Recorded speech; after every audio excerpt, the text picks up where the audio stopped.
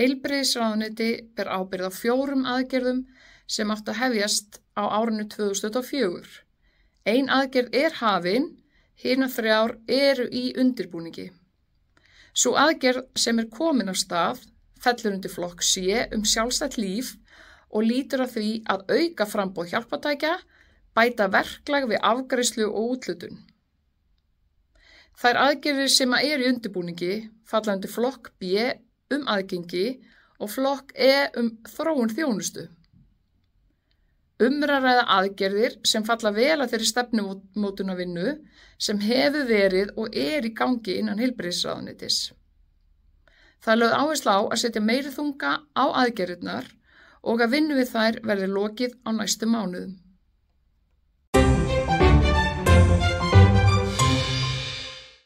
Undir dómsmálaráðuneyti heyra 3 aðgerðir sem allar hófust á árinu 2024. Ein aðgerðin snýr að vitundarvakningu og fræðslu en 2 aðgerðir að þróun þjónustu. Þessar 3 aðgerðir eru komnar vel á veg. Sú aðgerð sem lýtur að leiðbeiningum og fræðslu er aðgerðum viðeigandi aðlögun og stutta ákvörðuntöku fatlaðs fólks innan réttarvörslukerfisins. Hjá mennta- og starfsþróunarsetri lögreglu er boðið upp á fræðslu sem tengist fötluðum og viðeigandi aðlögun þeirra í réttarkerfinu. Hjá menntasetrinu er jafnframt að hefjast vinna við mótun stefnu í fræðslumálum fyrir lögregluna þar sem meðal annars verður gerð tillaga skyldufræðslu fyrir lögreglumenn, en hugmyndin er að fræðsla málefni fatlaðra verði hluti af skyldunni. Þær 2 aðgerðir sem snúa að þróun þjónustu hafa verið vinnslu hjá dómstólasýslunni. Dómstólasýslan skipulagði málstofu í samstarfi við ÖBÍ réttaröryggi fatlaðs fólks sem haldin var haustið 2024. Málstofan var mjög gagnleg og verður samstarfinu haldið áfram, þar sem unnið verður að leiðbeiningum varðandi réttindi fatlaðs fólks þegar kemur á dómstólum, meðal annars í samstarfi við aðgengi sérfræðinga ÖBÍ.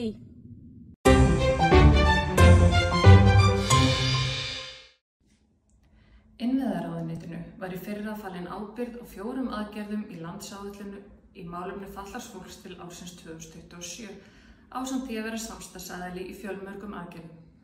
Aðgerðirnar falla undir málaflokk húsnæðis- og skipulagsmála sem flyst til félags- og húsnæðismálaráðuneytisins 1. mars næstkomandi. Því mun ábyrgð aðgerða heyra undir það ráðuneyti frá með þeim tíma. Aðgerðirnar 4 sem þið sjáið hér á skjánum falla allar undir flokk B aðgengi.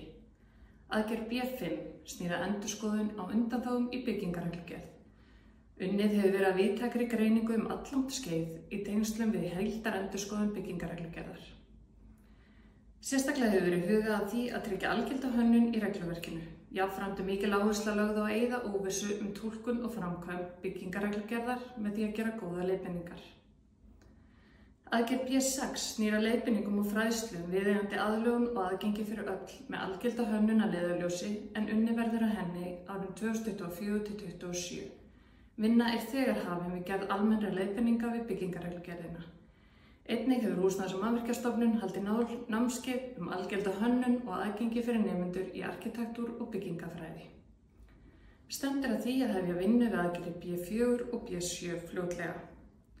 Þess má geta í lokin að ráðuneyti hefur styrkt 2 verkefni sem eiga það sameiginlegt að gera úrbætur og aðgengi fyrir fatlað fólk.